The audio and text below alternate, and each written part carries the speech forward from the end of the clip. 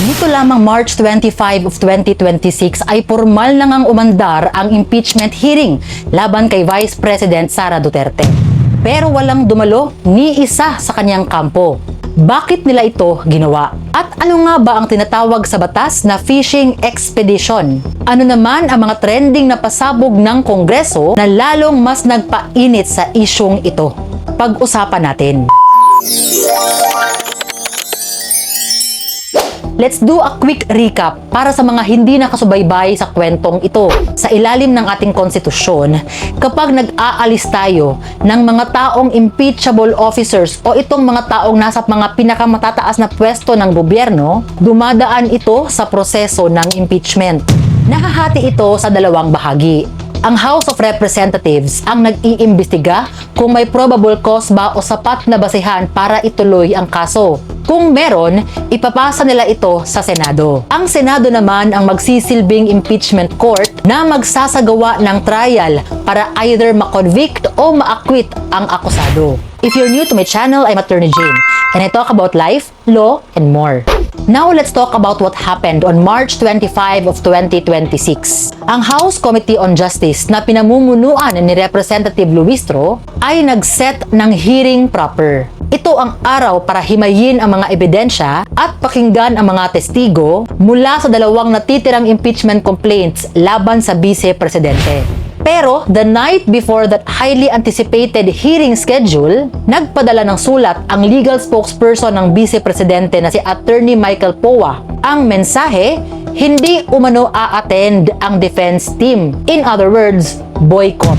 Bakit kaya nakapagdesisyon si VP Sara na deadmahin ang hearing? Ano ang mga depensa nila? Sa sulat at mga official statements sa kampo ni VP Sara, may dalawang malaking rason silang binanggit. Unang-una ay kinwestiyon nila ang mismong proseso ng Kamara. Specifically ang pagkakonduct nito ng tinatawag nilang mini trial.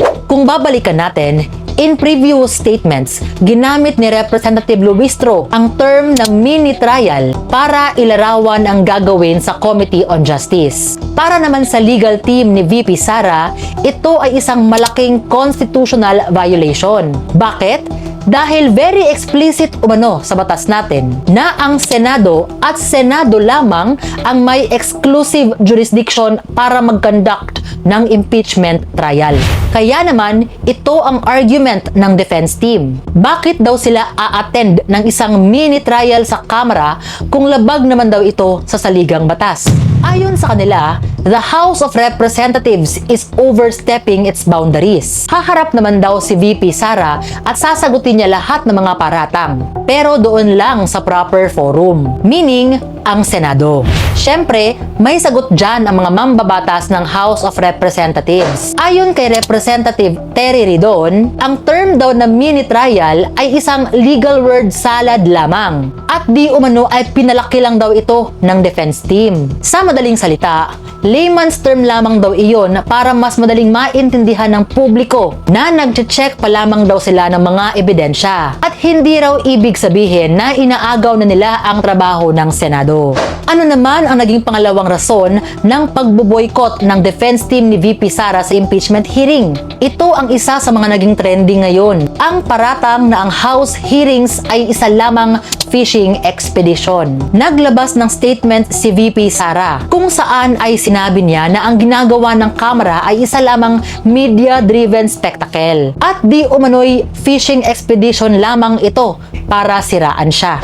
Ano nga ba ang ibig sabihin ng fishing expedition? Sa actual practice po ng batas, kapag nagsampa ka ng kaso, dapat ay may hawak ka ng solid evidence. Nangyayari ang isang fishing expedition kapag nagsampa ka na ng kaso, ngunit wala ka pa palang hawak na solid evidence at ginagamit mo lamang ang kapangyarihan ng korte o ng kahit anong ahensya ng gobyerno para maghalongkat at magbakasakali na may mabingwit na ebidensya o pruweba na pwedeng idiin ang kalaban mo. Para kay VP Sara, imbis na makilahok sa tinatawag niyang political circus, mas pipiliin na lamang daw niya na mag-focus sa pagtulong sa mga Pilipino. Lalo na ngayon na mataas ang inflation, nagsasara ang mga negosyo at may national energy emergency tayong hinaharap. And now, the plot thickens. Noong hindi sumipot si VP Sara noong March 25 of 2026 sa impeachment mini trial, itinuloy pa rin ng House panel ang hearing. At ang mga sumunod nilang aksyon ang naging dahilan kung bakit lalong nagtrend at mas naging mainit ang diskusyon patungkol sa fishing expedition.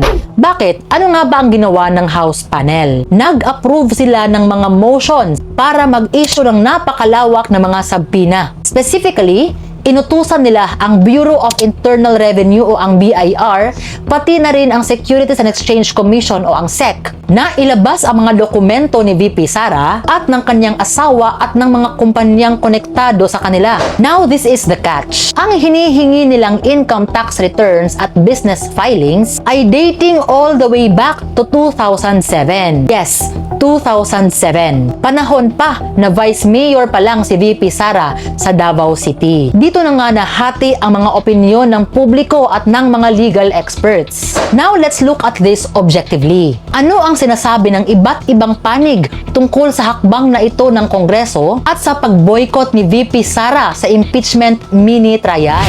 Sa loob ng komite ay may isang mambabatas na kumontra sa paghingi ng mga ITRs ni VP Sara dating back to 2007. Si Representative Rufus Rodriguez ay nag-dissent. Ayon sa kanya, agree siya sa kampo ni VP Sara na ang paghalungkat ng mga dokumento mula pa 2007 ay literal na definition ng isang fishing expedition. Ayon sa kanya ay masyado na itong malayo sa kasalukuyang impeachment complaints at dapat ay mag-focus lamang sa mga actions ni VP Sara as Vice President at noong siya ay Secretary of Department of Education. Sa labas naman ng Kongreso ay iba't iba rin ang basa ng mga political and legal analysts. Ayon sa isang political analyst, may malaking contradiction daw o pagkakasalungat na ginagawa ngayon ang Kamara.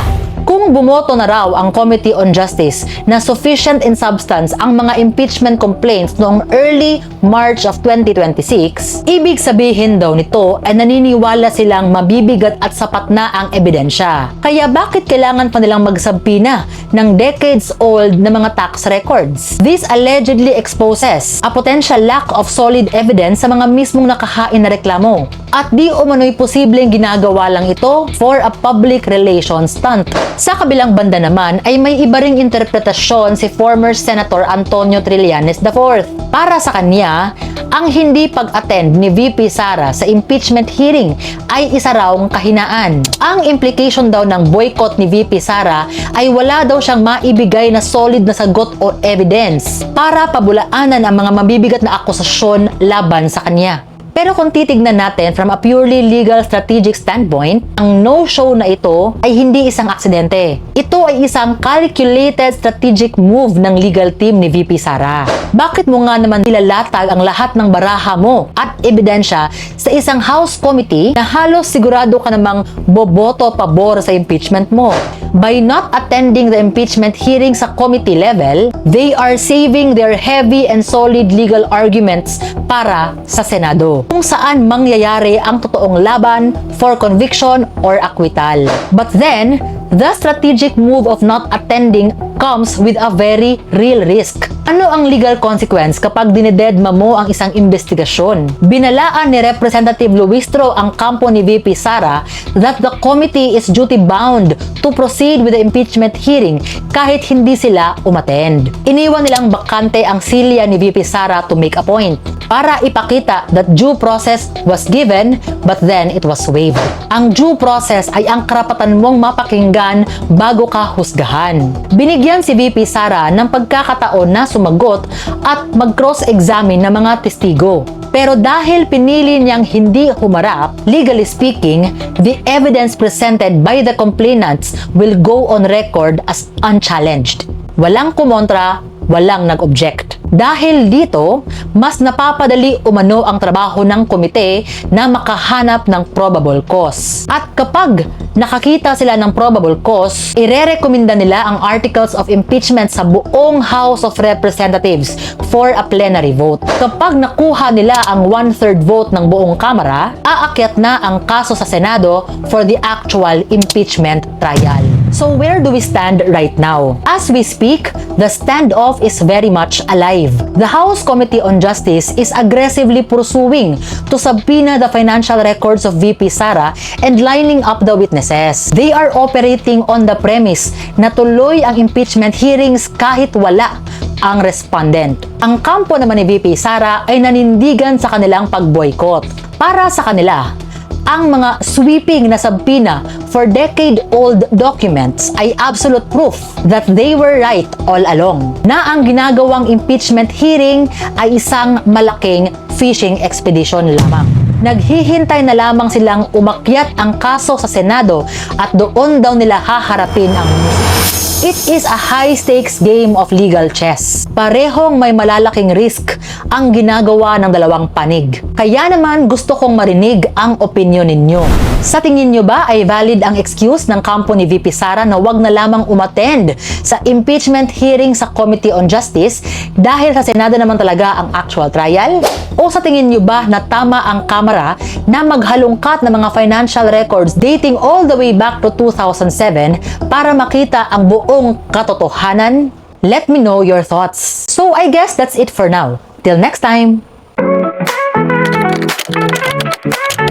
Legal chit chat on the open road. Jane's got the answers to every code. From contracts to crime, she's got it all mapped. Legal chit chat, and the world's unwrapped.